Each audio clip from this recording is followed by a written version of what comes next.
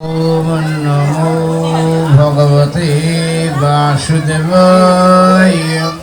अखण्डमण्डलाकारं व्याप्तं येन चराचरं तत्पदं दर्शितं तस्मै येन श्रीगुरवे नमः। कृष्णाय वासुदेवाय हरये परमात्मने प्रणतक्लेशनाशाय गोविन्दाय नमो नमः। हे कृष्ण करुणा सिन्धु दीनबन्धु जगत्पते गोपेश गोपिका कान्त राधाकान्त नमस्ते। वन्दे ब्रह्मो शिवाराध्यं पशुभक्तस्वरूपिणं श्रीहरिपुरुषं वन्दे जगद्बन्धु सुन्दरम्। वंशाकल्पतरुभ्यश्च कृपासिन्धुभ्य एव च पतितानां पावनेभ्यः वैष्णवेभ्यो नमो नमः। এই এলাকাটার নাম বান্ধবপুর। এটা কবে থেকে শুরু হয়? এটা এর আগে কি নাম ছিল এলাকাটা? হরিজনপল্লী। এই হরিজনপল্লী শব্দটা কখন ব্যবহার হয় আর বান্ধবপল্লী কখন ব্যবহার হয়? হরিজনপল্লী শব্দটা অনেককাল আগে, এটা প্রথম ব্যবহার করেন মহাত্মা গান্ধীজি। আর এই বান্ধবপল্লী ব্যবহার করেন প্রথম যে মহানবী মহারাজ। এইখানে যে মন্দির প্রতিষ্ঠিত হয় সেদিন আমি ছিলাম মহানবীর সাথে।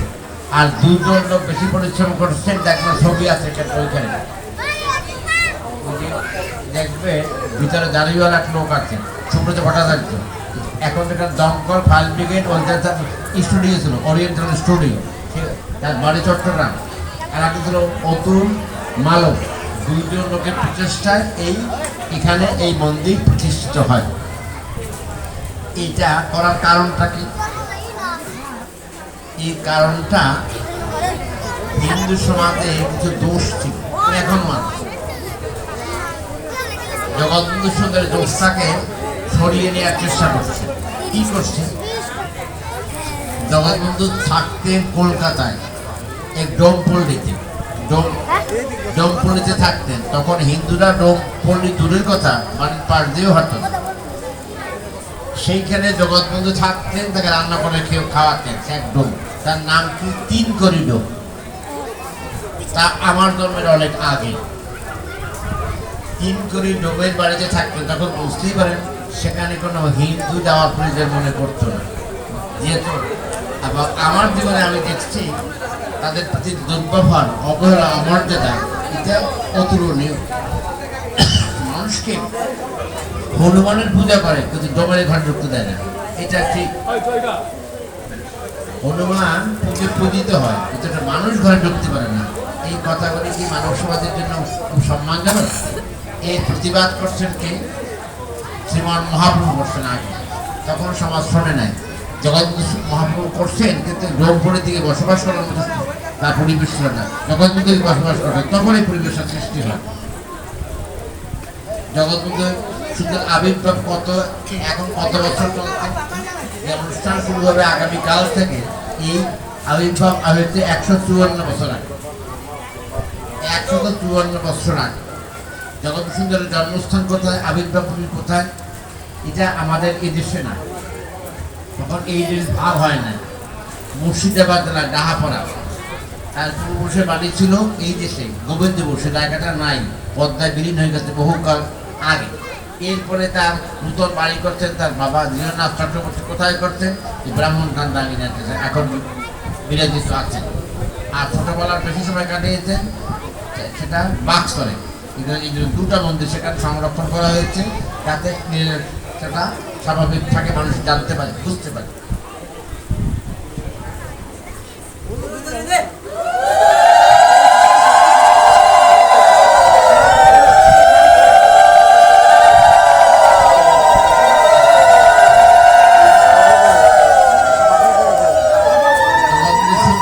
আগে কোন অবদান আসছেন, যিনি আসছেন শ্রীমান মহাপ্রভু। মহাপ্রভু অনেকগুলি নাম। নিমাই বলে মানুষের সহজে চিনে, মহাপ্রভু বলে মানুষের কম চিনে। নিমাই তিনি আসছেন পরবর্তীতে জগৎ সুন্দর হয়ে। কেন আসছেন? এই যুগের মানুষের সময় কম, আয়ু কম, বেশি দিন বাঁচে না, তাও বাঁচে তার রোগে সুখে মরে। এখন ভগবান লাভের জন্য যে প্রয়োজন, যে জ্ঞান থাকা প্রয়োজন, এটা সম্ভব না। আগে ছিল দগ্ধ, এটি করতে গেলে অনেক অর্থ ব্যয় হয়, অনেক জ্ঞানেরও প্রয়োজন। হরিনাম করতে গেলে কোনো বই না পড়লেও সারে। হরে কৃষ্ণ কৃষ্ণ কৃষ্ণ হরে হরে, হরে রাম রাম রাম হরে হরে, এটা যে লেখাপড়া জানে সেও বলতে পারে, যে লেখাপড়া জানে না সেও বলতে পারে। এই সহজ ব্যবস্থাটা এর আগে ছিল না। বেদের যে মন্ত্র ওম ভূর্ভুবঃ স্বঃ তৎসবিতুর্বরেণ্যং ভর্গো, এই কথা বলতে গেলে সংস্কৃত লাগে, হরে কৃষ্ণ বলতে গেলে সংস্কৃত লাগে না। এটা যে কোনো স্থানে যে কোনো সময় বলা যায়। এই যে সহজ কথা।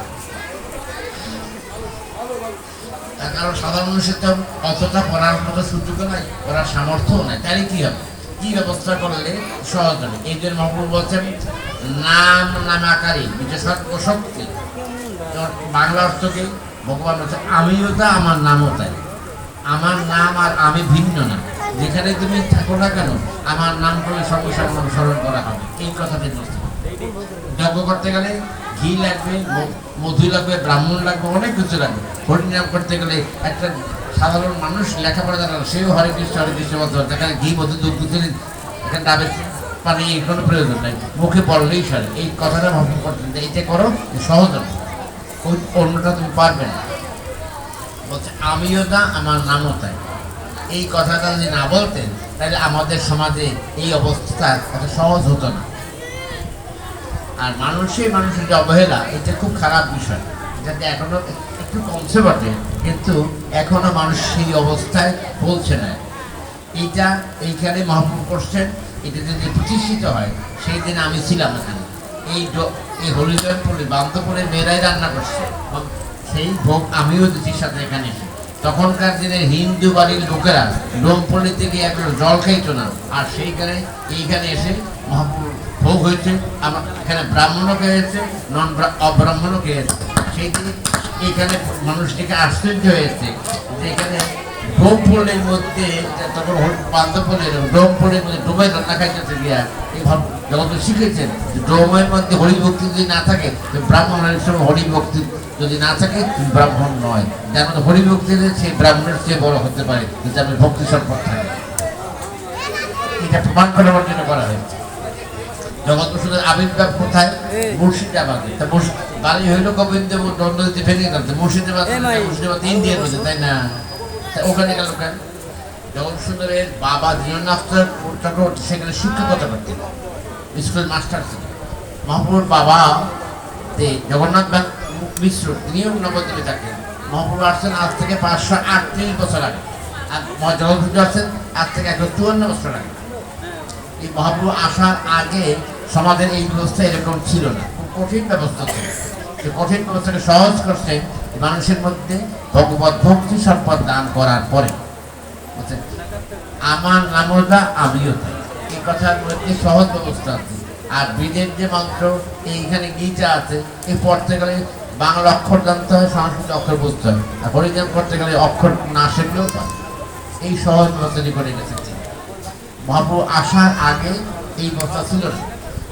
জগৎ বসুদের আসছে মুর্শিদাবাদ জেলায়, বাবা শিক্ষকতা করতে সেখানে। আর পূর্বপুরুষের বাড়ি ছিল এখানে। এখন মহাপ্রভুর পরে যে কাজগুলি করছেন জগৎ বসুদের, সেই কাজগুলি কি করছেন, এবার মহাপ্রভুর পরে জগৎ বসুদের আসবেন, এই কথা আছে কোথায়? এটা চৈতন্য ভাগবত আছে। কি আছে সেখানে? এই মতো আমার সাথে দৈব অবতার কীর্তন হইবে আমার।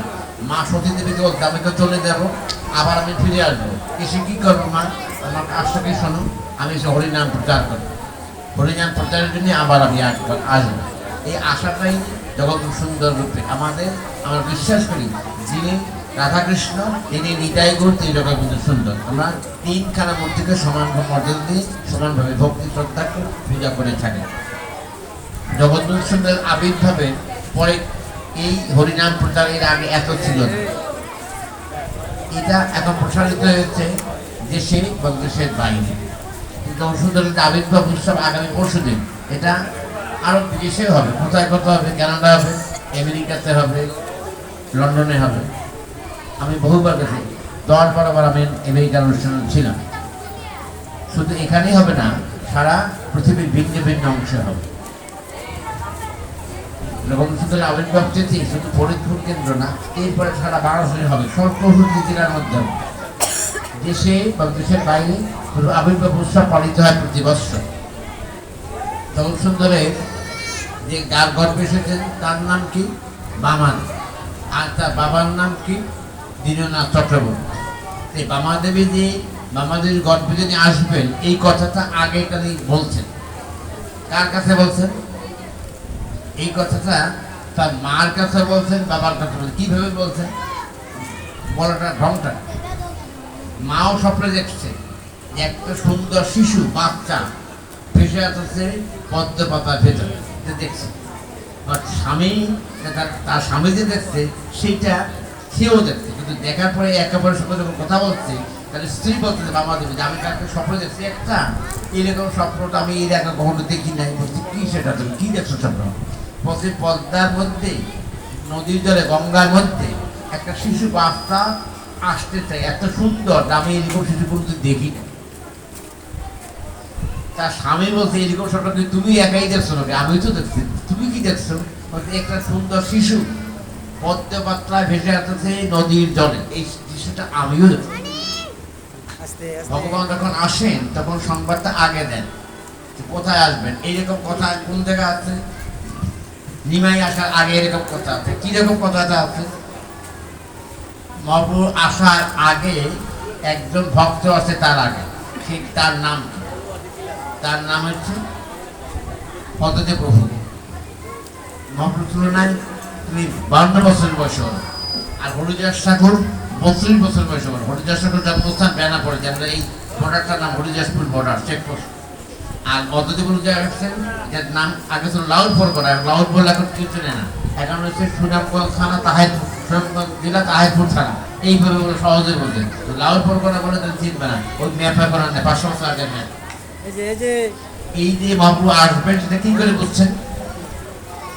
এই পদ্মদেব প্রতিদিন গঙ্গার জলে তুলসী পাতা ভাসি দিয়ে প্রার্থনা করে ভগবান চরণে, হে ভগবান, কলির মানুষের বাঁচার কোনো সুযোগ নাই, এদের আধিব্যাধিতে পরিপূর্ণ, মানুষের শারীরিক দুঃখে জর্জরিত, এদের ত্রাণ করার জন্য তুমি ছাড়া পৃথিবীতে আর কেউ নাই। প্রতিদিন এরকম গঙ্গা জলে স্নান করে এই প্রার্থনা করে তুলসী পাতা ভাসিয়ে দেয়, আমাদের স্রোতে তুলসী পাতা ভেসে দেয়।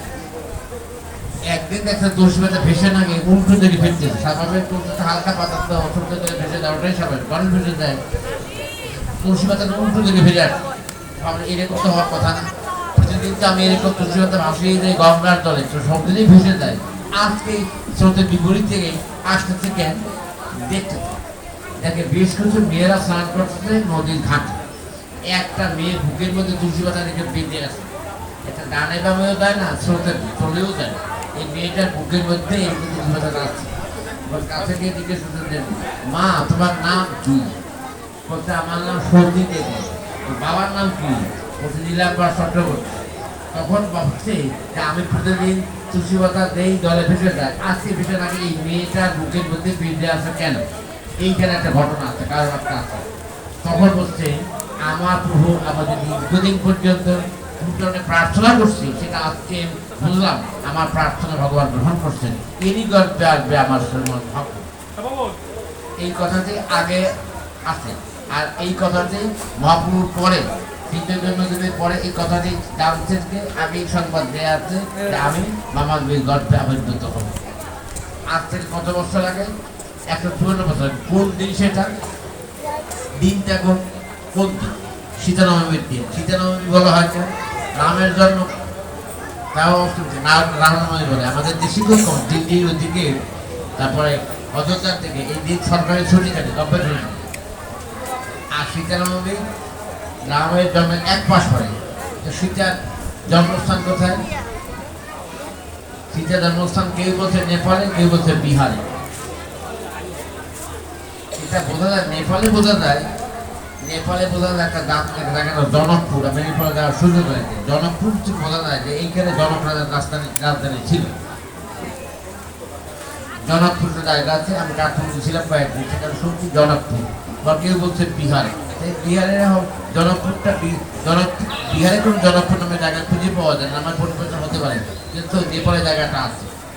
এইরকম এই জায়গা নেপাল সম্পর্কে ধারণা কম থাকতে পারে, কিন্তু যারা আধুনিক যুগের ছেলে মেয়ে তারা বুঝবে। কিভাবে বুঝবে? সিনেমা যারা নাটক দেখবেন কিভাবে বুঝবে? ঐশ্বরিয়া রায় নাম শুনছে? ঐশ্বরিয়া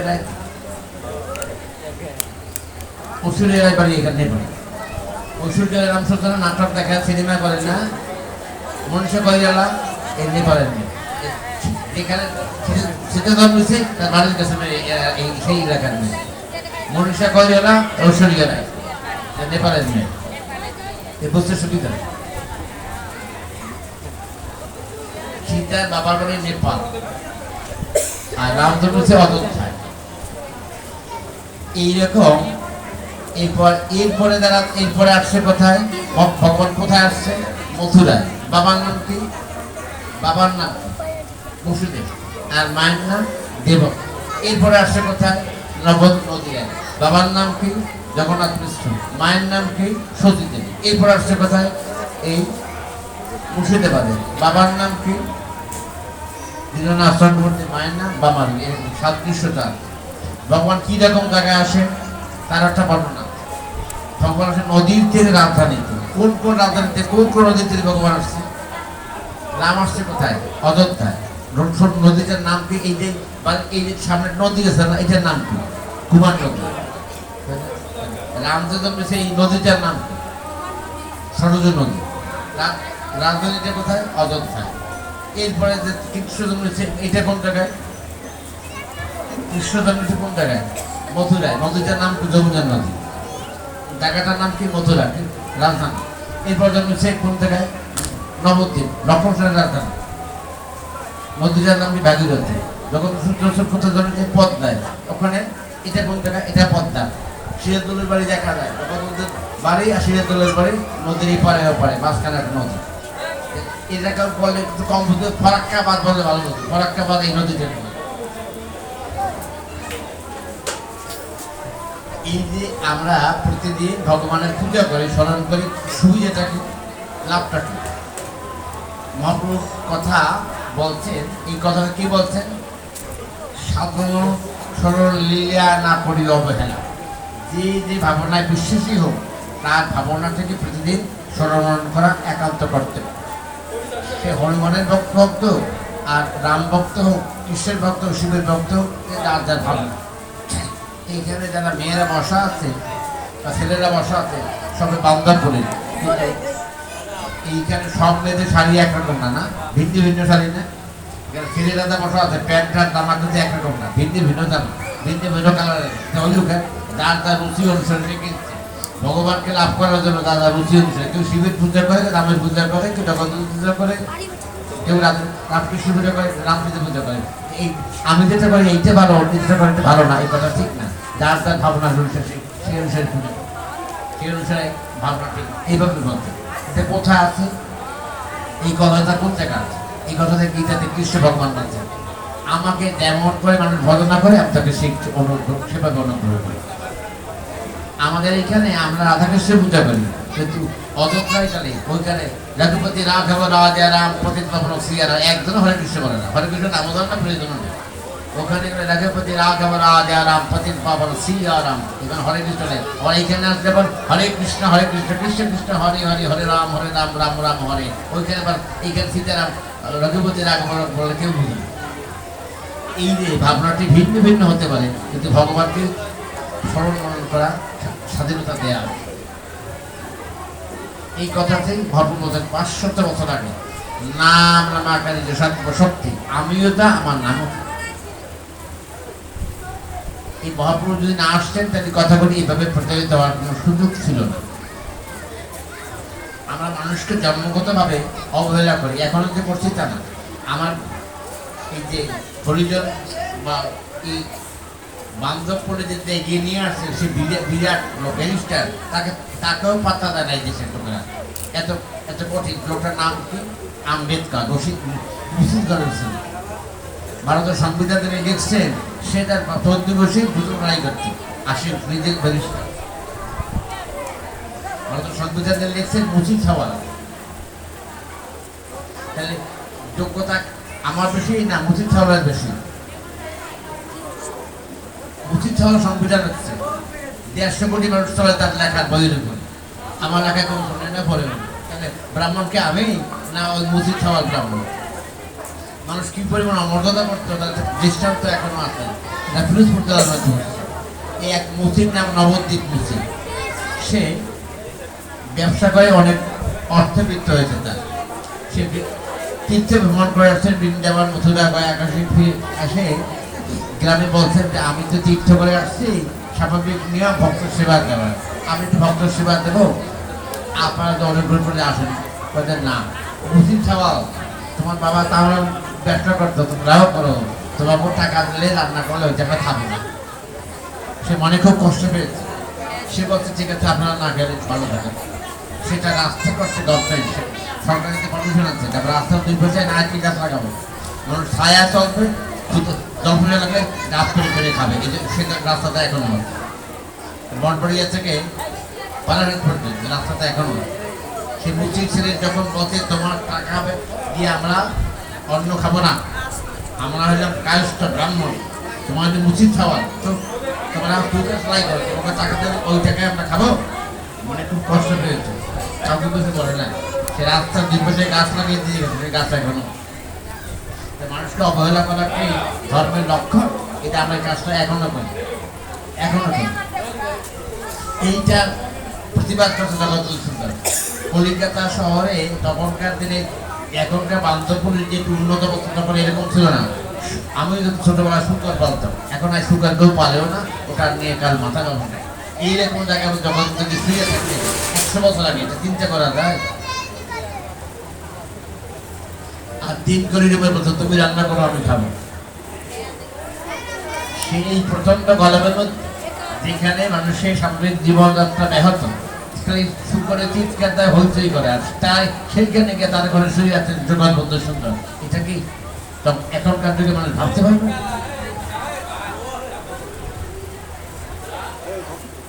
এই শিক্ষাটা দিতেন শ্রীমান মহাপ্রভুর পরে জগৎ বন্ধু সুন্দর।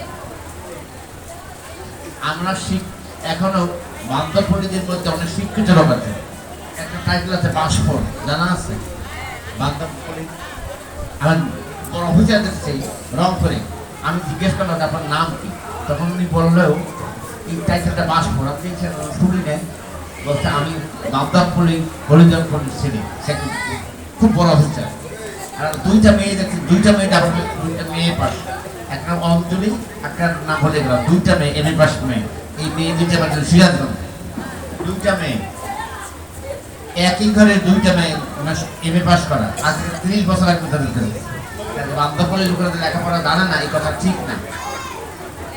আমার ঝালাকোটের ইচ্ছা ছিল সুখদেব জম, আমি এমএ পাস করছি, তার সাথে ইংরেজিতে কি 1 লাইন হচ্ছে কিনা।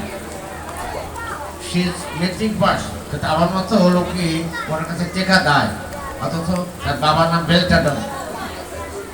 বেলটাডমের ছেলে।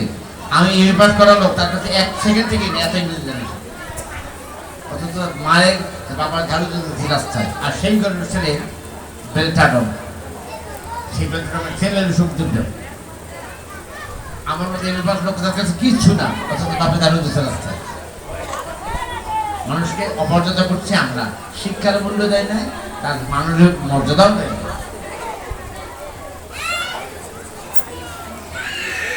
এই কাজগুলো পরে জগৎ সুন্দর করছেন। কাউকে অসম্মান করে আমি ভক্তি ব্যক্তি প্রতিষ্ঠিত হব, এটা সম্ভব না। এটা কি বলছে বাবু, কি বলছে? অমানিন্য মানব না। যে ব্যক্তি সম্মান করার যোগ্য নয় তাকে সম্মানিত আগে করা। আমরা যতই পূজা পালন করি, হরে কৃষ্ণ কীর্তন করে, গলায় মালাতে সাজা ঘর বলে কিছু দেয় না, যদি মানুষকে অমর্যাদা করে আমার সাধারণ বদল করে মূল্য নাই, ব্যর্থ হওয়াটাই স্বাভাবিক। এইটা কিরকম করতে পারবো?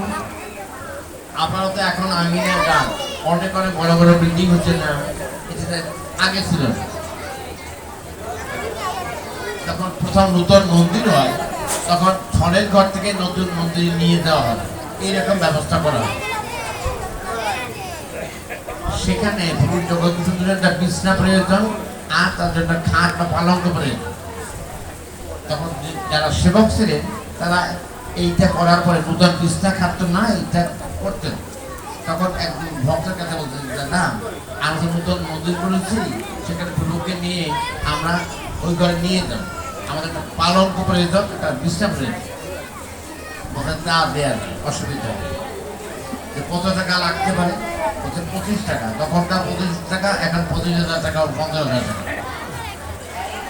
এই কথা বলতে বলতে আমি তো কলকাতা থাকি, আমি প্রত্যেক ট্রেনে পাঠিয়ে দেবো, শিয়ালদা থেকে এখানে ফুলটু চলে আসবে, আপনার স্টেশন থেকে বুকিং করা হবে, আমি নাম বলা থাকে, লেখা থাকবে, আপনার নিয়ে আসবে। ওই দিন বিকালবেলা একটা মেয়ে গেছে ফরিদপুর নামে, সেই মেয়েটা পতিতা, তার নাম ফুকু, মানে সাধুটা বলছে ফুকুদি নূতন মন্দির হয়েছে, একটা বিছনা, একটা পালঙ্ক দরকার, ওটা দেবে। একই দিনে দুজনের কাছে বলছে, একটু মধ্যে চাকরি করে, তার কাছে বলছে বেটা ছেলে পুরুষ, আর এই মেয়েটির কাছে বলছে নাম ফুকু, মানে পতিতা মেয়ে, ও এও বলতে দেবে। এখন সমস্যা হয়ে গেছে, একই দিনে দুইটা পালঙ্ক আসছে, বিছনা আসছে। এখন কি করবে? একদিন আগে পরে হলেও সমস্যা হয় না, একদিন আগে যদি হয়, একদিন পরে হয়, প্রথম দিন একদিন এক জায়গায় শোয়াবে, পরের দিন আলাদা জায়গায় শোয়াবে। এখন কি করবে? সমস্যা করে দিচ্ছে। বিছনা পালঙ্ক রেডি করে, ঠিক করে, বলতে প্রভু এখন তো তুমি গিয়ে বিশ্রাম করো। জগৎ সুন্দর গিয়ে প্রতিটা যে বিছনাটা ওর মধ্যে ঘুমিয়ে পড়ছে, আর ওই দিলটা প্রোগ্রাম থেকে পাঠাইছে, ওই বিছনায় ঘুমায় না। এখন বোঝেন ভগবান কাকে ভালোবাসে। প্রতিটা মহিলার কি দোষ? ভগবান তার সেবা গ্রহণ করছেন, আমার সেবা গ্রহণ করছেন, আমার মধ্যে অহংকার আছে, জগৎ আমি বিছনা পাঠাইছি। প্রতিটা মহিলা বলছে প্রভু আমার তো প্রতি জীবন ব্যর্থ জীবন, আমার প্রতিটি প্রকার আমার তুমি গ্রহণ করো। কার যোগ্যতা বেশি? আমার বেশি? আমি ব্রাহ্মণের সওয়াল, আমার যোগ্যতা বেশি, প্রতিটি মহিলার যোগ্যতা বেশি? যোগ্যতা কার বেশি? আমার ব্রাহ্মণের সওয়াল। এই জন্য জগৎ বলছে না, তোমার ব্রাহ্মণের একটা আমার দরকার নেই, আমার দরকার প্রাণের ভালোবাসা, কার মধ্যে কত কত, ওইটা আমি দেখছি। এখানে বিদ্যা, প্রজ্ঞা, পাণ্ডিত্য, বিত্ত এইগুলি দিয়ে হয় না। কি বলছেন? ন ধনং ন জনং সুন্দরী কবিতাং বা জগৎ ঈশ্বরময়। আমি ধন বিত্ত এটা মানুষকে দেই কেন? বুঝির যোগ্যতা কত পারে, ওটা পাওয়ার পর আর আমার জীবনে কোনোদিন প্রয়োজন মনে করবে। আর যারটা প্রয়োজন মনে করবে, সম্পদ দেখে যদি আমার প্রতি আকর্ষণ থাকে, তাহলে আমি তখন এই সম্পদের ভক্তি সম্পদ তাকে দান করি। এখন পিটিআই আছে না, পিটিআই আমাদের আঙ্গিনার ওখানে দর্শকের বাড়ি, যেমন বকুলাল বিশ্বাস, এই দর্শক জগৎ সুন্দরের একই সঙ্গে একই বয়সের। এই দর্শক চাকরি করতেন কলকাতায়, ওনার পকেটের মধ্যে থাকতো করতাল, কোর্টের যখন অপ্রিয় দুপুরবেলা লাঞ্চ হওয়ার, তখন ওই কোর্টের ক্যাম্পাসের মধ্যে হরে কৃষ্ণ করতাল বাজে, কি মানুষ আশ্চর্য, দর্শক কি করতেছে? 2টা বাজে সব সাহেব লাল হয়ে গেছে, আর এই বেটা কি করে? দর্শক হরে কৃষ্ণ করে। এটা না ভগবত কৃপা। ক্যালকাটা কোর্টের মধ্যে, শিয়ালদা আদালতের মধ্যে বসে দুপুরবেলা মানুষের লাঞ্চ করে, রুটি তরকারি খায়, ভাত খায়, আর বকুল লাল কৃষ্ণ হরে কৃষ্ণ করে। এইটা কি সবার পক্ষে সম্ভব? আজ থেকে 100 বছর আগে কলকাতার শিয়ালদা কোর্টে জজ সাহেব ছিল, সেই তখন জজ সাহেব দুপুরবেলা রুটি তরকারি না খাইয়া, ভাত না খাইয়া, করতাল বাজায় গেছে হরে কৃষ্ণ কোর্টের মধ্যে। এইটা কি যোগ্যতা না থাকলে হয়? প্রাণের ভালোবাসা দিয়ে হয়। কোর্ট, সেখানে কোর্ট টাই প্যান্ট পরা, তাই না? টাই পরা, কোর্ট পরা, অথচ করতাল গেলে হরে কৃষ্ণ কৃষ্ণ হরে হরে। এইটা কি সহজ ব্যাপার? এইভাবে শিক্ষা দিচ্ছেন শ্রীমান মহাপ্রভু। কি করে মানুষকে ভালোবাসতে, ভগবানকে এইখানে ছবি আছে, মহানাম ছবি আছে না মন্দিরের আছে, আমি দেখে আসছি। উনি এই মন্দির উদ্বোধন করে গেছেন, সেদিন আমি ছিলাম। এখানে যে ভোগ হয়েছে, ভোগটা মনে আছে, পুষ্পান্ন ভোগ দিয়েছে, কি বিরাট করে পাহাড়ের মতো বানাচ্ছে এই বন্ধপুরের মেয়েরা, অনেক আইটেম দিচ্ছে। আজ থেকে প্রায় 40 বছর আগে, প্রায় 35 বছর আগে, প্রায় 35 বছর। সেই আবার লোক আছে কিনা আমার জানা নাই, থাকতে পারে, নাও থাকতে পারে। 35 বছর আগে এই জগৎ সুন্দরকে ভোগ দিচ্ছে। যারা ভোগ দিচ্ছে তারা তো এখন নিরামিষ খাওয়ার হোক না, গলায় পইতেও নয়, তাই না? যে রান্না করছে কারা? এই বাড়ির মেয়েরাই তো করছে। যখন কিন্তু কি না খেয়ে চলে গেছে, না খাইছে, আবার তো খাইছে। রান্নাটা করছে, লেখাপড়া জানে, 300 দিয়ে বেতন তোলে, তাই না? নাম রাখতে পারে, 300 দিয়ে বেতন তোলে, নাম রাখার পরে নাম রাখবো, নাম রাখার পরে না। আর যদি নাম বলে বাঙালি নাম, বিয়েরই নাম, উড়িষ্যার নাম, তাই না? নামটা বাঙালি নাম। এই রান্না জগৎবন্ধুকে আমরাও খাচ্ছি। জগৎবন্ধু সবাইকে কৃপা করুণা করছে দেখে তো সবাই বলেছে। ভগবান বলছেন আমিও যা আমার নামও। এখানে মহাপ্রভুর কাছে, প্রভুর কাছে মহাপ্রভু মহারাজ দিয়ে আমার গুরুদেব। আমি এরপর করছি 53 বছর আগে। আর আমার গুরুদেব মহাপ্রভু কাছে আমার জন্মের আগে। আমি আমেরিকা, লন্ডন, অস্ট্রেলিয়া গেছি 12 বার। উনি ওখানে নিয়ে গিয়ে পড়তে গেছে, জন্মেই নেই। তো মহানন্দ ছবি আছে এখানে। উনি যখন আমেরিকায় পড়তে গেছে তখন আমি জন্মি নাই। 10 থেকে 12 বার গেছে আমেরিকা। আর উনি যখন আমেরিকা পড়তে গেছে তখন আমি জন্মি নাই। ওই বুড়ার ছবি এখানে আছে। উনি যখন আসবে আমেরিকা থেকে আসছে 1939 সালে, তখন আমার জন্মের আগে আমেরিকায় পড়াশোনা করে শেষ করে আসছে। আর আসছেন এই স্টেশনে। আর এইখান থেকে ওনাকে নিয়ে যাওয়া হবে সম্মানিত আদর মর্যাদা করে ঘোড়ার গাড়িতে। ওনার গুরুদেব শিল্পা মহানজি বলছে না, এরকম হবে না। আসতে হবে আঙিনায় দণ্ডিকে টিকিটে প্রণাম করে করে। সবাই বলছে যে এটা কেমন কথা বললেন? মহাপ্রভু ব্রহ্মচারী বিবেকানন্দের পরে তার স্থান, বাঙালি শ্রেষ্ঠ সন্তান, তাকে আপনারা এই কথাটা বলাকে ঠিক বলতে আমি জানি ঠিক না। তবু কেন বলছি? বিদ্যার অহংকার থাকলে ভক্তি সম্পদ বলে ছাই হয়ে যায়। আমি চাই না বিদ্যার অহংকার আমি থাকুক। কত বড় শিক্ষা দিচ্ছেন এই যে মধ্যে নজনং সুন্দরী কবিতাং বদিশাকমায়। 10 জন বৃত্ত খুব খারাপ না, কিন্তু অহংকার বড় খারাপ। এইটা সব নাশ করে মানুষ। বিদ্যা অর্থবৃত্ত পড়তে খারাপ না, কিন্তু অহংকার বড় খারাপ। এইটা সর্বনাশ করে। যদি কোনো মানুষ মনে করে যে আমি অনেক বিদ্যান, অনেক টাকা, এই দিয়ে ভগবান লাভ করার কোনো যোগ্যতা আমার কাউকে দেওয়া নেই। ভালোবাসা। এই হরিদাস ঠাকুর, হরিদাসপুর বর্ডার আছে না? বাবার নাম মনোহর, মায়ের নাম উজ্জ্বলা, মারা গেছে ছোটবেলা। একজন পালিত হয়েছেন ভিন্ন ধর্মের অনুসারী লোকের, তার নাম হবিবুল্লাহ। তাই মহাপ্রভুর সবচেয়ে শ্রেষ্ঠ ভক্তের মধ্যে হরিদাস অন্যতম। মহাপ্রভু 32 বছর বয়সে হলেন। 3টা ভাষার প্রতি, সংস্কৃত, উর্দু, বাংলা, অনেকগুলো ভাষা জানতেন। আমরা মনে করি আমরা ইংরেজি শিখছি, হয়তো ফাইজারি করে। তখনকার দিনে 500 বছর আগের পণ্ডিত, কিন্তু অহমিকা বোধ না। প্রতিদিন 3 লক্ষ মান হরিনাম জপ করতেন। এখন তো বয়স হয়ে গেছে, আর পারে না। প্রতিদিন জগন্নাথ মন্দির থেকে প্রসাদ পাঠিয়ে দেওয়ায় মা আশা করে। তার 3 লক্ষ মান নাম জপ করতে গেলে 24 ঘন্টার পরে হয়ে যায়, আর পারে না। বয়স হয়ে গেছে, বাঁকা হয়ে গেছে শরীর।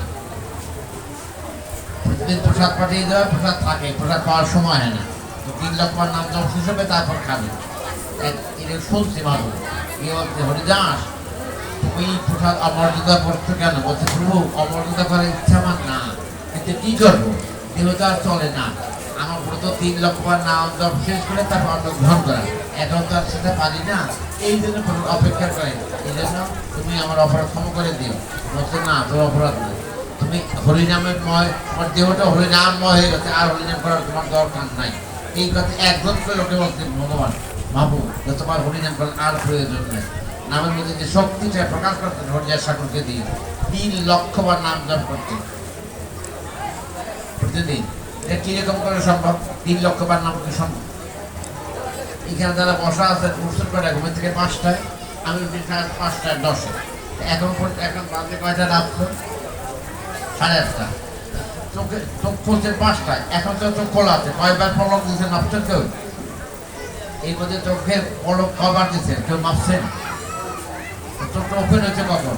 5টার সময়। এখন মধ্যে 8টা রাত্র, প্রায় ভোর 5টা থেকে বিকেল 5টা, 12 ঘন্টার কাছে না? এখন তাই 12 থেকে 15 ঘন্টা। 15 ঘন্টার মধ্যে কতবার চোখে পলক দিচ্ছে কেউ মাপে নাই। শ্বাসবে কতবার আসতে হচ্ছে কেউ মাপে নাই। মহাপ্রভুর ভক্ত মাপছে, একটা শ্বাস যেন ব্যর্থ না যায়। এই শ্বাসগুলি যেন ব্যর্থ না যায়, প্রতিটা শ্বাস যেন হয়ে যাবে, সেটা যুক্ত থাকে। এই জন্য সম্ভব। এই যে ভোরবেলা থেকে ভোর 5টা আমি চোখ খুলছি, এখন বাজে 8:30, তাহলে ভোর 5টা থেকে সন্ধ্যা পর্যন্ত 12 ঘন্টা, আর এখন 12 আর 15 ঘন্টা, 15 ঘন্টা চোখে বড় কিছু শ্বাসকষ্ট কত বলে এখন মাপছে, এখন হরিজন করছে, প্রয়োজন মনে করে আমি ভগবান পেয়ে যাবো অবস্থা কথা তাহলে মিথ্যা কথা, 100 বার মিথ্যা কথা। খালি খাইছি আর ঠিক রাত্রে গিয়ে খাবো, খাবার পাত্র বলে গিয়ে আসছি, হরিজনের কথা দরকার আছে মা? সকালে একবার খাইছি, দুপুরে আরেকবার কি খাবো, খাবার পাত্র রেখে আসছি, হরিজনের জন্য হরিজনের মালার কোনো খবর নাই, কিন্তু খাওয়ার পাত্রটা ঠিক আছে ওটা বলি নেই।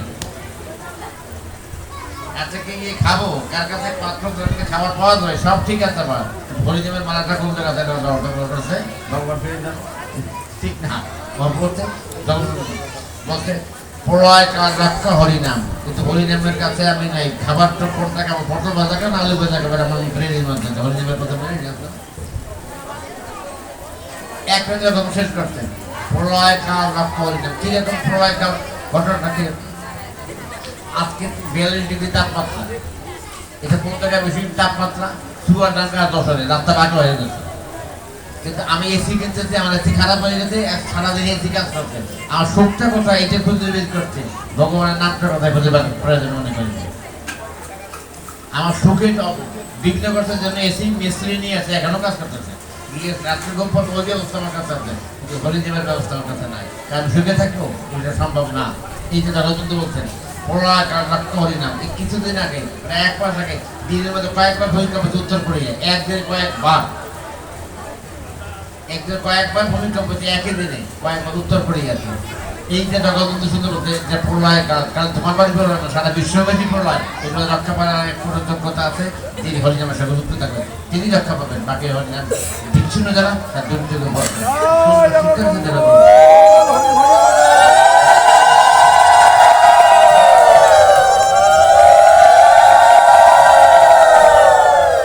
এই যে এখন আজকে ভোগাবে না, ভোগাবে তো রান্না করছে কারা, ভোগ রান্না করছে কারা? মন্তরা।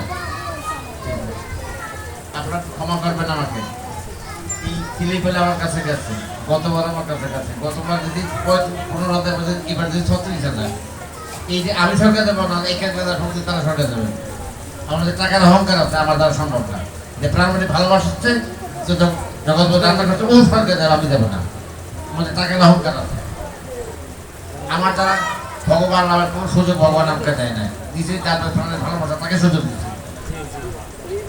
মনে করি গতবার যে 15,000 36,000 আমি সরকার দেবো, 1 ইঞ্চিও না, অহংকারের দ্বারা ওটুকু শেষ আবার যেটুকু ছিলাম গতবার সেটা বেশি অহংকার করতে, এবার 36,000 টাকা কম দিয়েছি নাকি সরকার দেবো এই জীবন না, এটা ছেড়ে দিয়ে ভগবান নির্ভর করতে, ভগবান তুমি কি সম্পদ আমার শ্রম গ্রহণ করতে, অর্থ গ্রহণ, এইখানে যদি তাহলে আমার কথা গ্রহণ করতে হবে, তার যদি পণ্ডিতজি থাকে বেলায় ইউনিভার্স করছে টাকা দিয়ে সরকার আমি যাবেন ওরা দেবে, হ্যাঁ ওই জায়গায় 1 ইঞ্চি জায়গা রাখাতে ভগবান করতে তোমার টাকা তুমি দাও, ভোগ কেমনে দেখছে আমার জানা, তুমি না জানা, আমার ভোগ কি বন্ধ থাকতে পারতেন না, তুমি মনে গেলে ভোগ বন্ধ হয়ে যাবে নাকি? কিন্তু দীনতা না থাকে ভগবানের কাছে গ্রহণযোগ্যতা থাকে না, দীনতা থাকতে পারে, ভগবান তুমি কৃপা করে আমাকে আমার অর্থ গ্রহণ করছে, এই যে আমার সার্থক কথা, এই জ্ঞান না থাকলে ভগবান আমার কথা গ্রহণ করবেন না। আর এখানে রাখি জয় জগৎ।